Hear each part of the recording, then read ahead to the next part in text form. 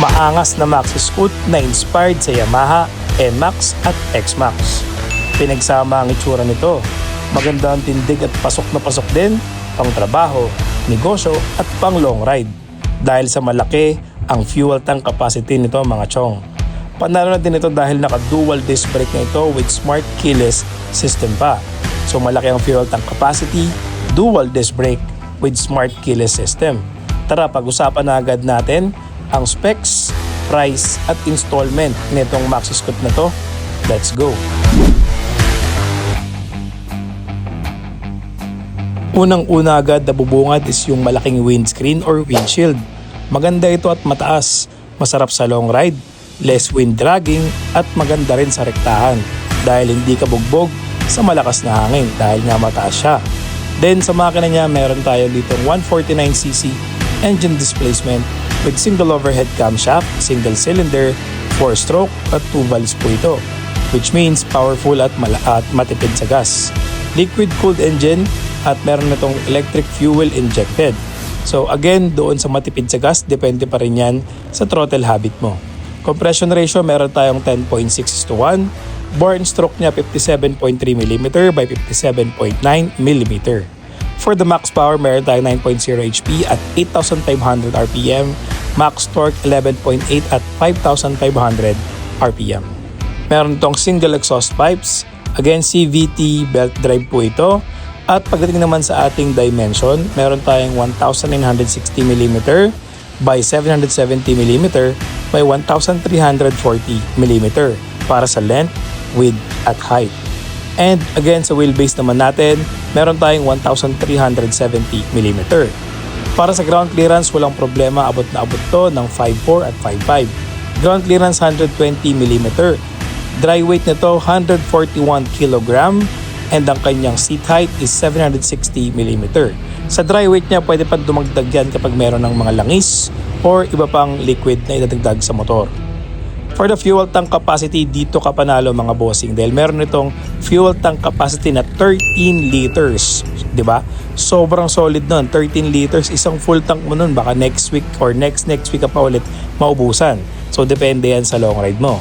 Pagdating naman sa kanyang mga suspension, meron tayong standard front fork telescopic suspension, and for the rear naman meron tayong dual shock coil spring absorber or damp. Braking power naman tayo mga bossing. Pagdating sa braking power, meron tayo ditong dual disc brake sa front and rear, kaya panalo ka na din kagad sa kanyang braking power. So dun pa lang medyo okay na talaga dahil meron itong front and rear na disc brake. So syempre size naman ng gulong natin, meron tayong 190 by 14 sa harapan at 110 by 90 by 12 naman sa likuran. Of course, this is both tubeless at alloy mags for the wheels. And then ito yung ibang mga features niya is napaka-basic lang naman pero panalong-panalo na para sa kanyang price point. Ibang features niya is meron nitong smart keyless system, side stand kill switch na goods na sa parang Honda rin, tri-LED headlight assembly or yung nakikita nyo sa harapan na ilaw tatlong part yan sa napakaganda at very futuristic. Integrated signal light, so yung signal light niya is parang sa NMAX or XMAX na rin. Actually para siyang sa NMAX. Then wala tayong problema sa ilaw, naka all LED na po ang lahat ng ilaw nito magsimula sa headlight, tail light at signal light. Meron din itong passing light mga bossing, so wala tayong problema dyan. Silent start system din ito, kaya hindi maingay pag in-start mo na siya. So doon pa lang sa passing light, goods na goods ka na. Meron din itong switch ng headlight. So syempre dapat laging naka-on yun dito sa atin sa Pilipinas. May start and stop system na rin po ito, kaya goods. Modern stitch camelback shaped seat for more comfortable seat para sa ating mga rider. Kita nyo naman, napaka-pogi ng upuan nito. Spacious under seat compartment na kasya ang full face na helmet. So doon pa lang talagang panalo ka na. Meron kang dual disc brake, smart keyless system. Sa looks, maangas din siya at maganda yung kanyang digital panel na napakalaki ng screen. Hindi ko lang sure kung meron itong phone connectivity pero alam ko wala. Plain and digital na TFT display panel po ito pero not bad na rin to para sa kanyang price point.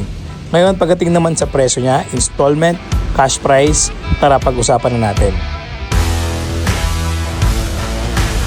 Para sa ganitong setup na maxi scoot, 150cc at napakaangas at ganda ng tindig, naka dual disc brake, smart keyless system, may dalawang compartment packet sa harapan na may USB charging port, naka-tri LED headlight, at napakaganda ng windscreen with fuel capacity na 13 liters. Grabe, sobrang laki nun, no?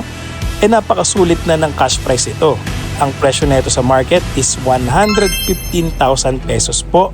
And kung cash mo siyang kukunin, may discount pa yan ng 4,000. So magiging 111,000 na lang po siya sa market or kapag binili mo siya ng cash. Ngayon, kung mag-i-installment ka naman, ang down payment mo for installment is nasa 3,000 to 5,000 pesos ang installment ng down payment. Depende yan sa dealership na pupuntahan mo. So 3 to 5K ang down payment for installment. And of course, ang monthly niya for 36 months or 3 years is 5,523 pesos per month for 36 months. Ayan. So meron pa yung rebate na 200 pesos kapag hindi ka na late sa bayad mo. So again, 3K to 5K ang down payment neto and 5,200 or 5,323 monthly amortization for 36 months with rebate na po yun. Once again, this is a Bolt 150cc for Skygo Maxi Scoot. Looks panalo at medyo affordable na pasok din sa ating bulsa as riders. Once again, this is Bagnicosa for more scooter update 2025. Don't forget to subscribe and like my channel.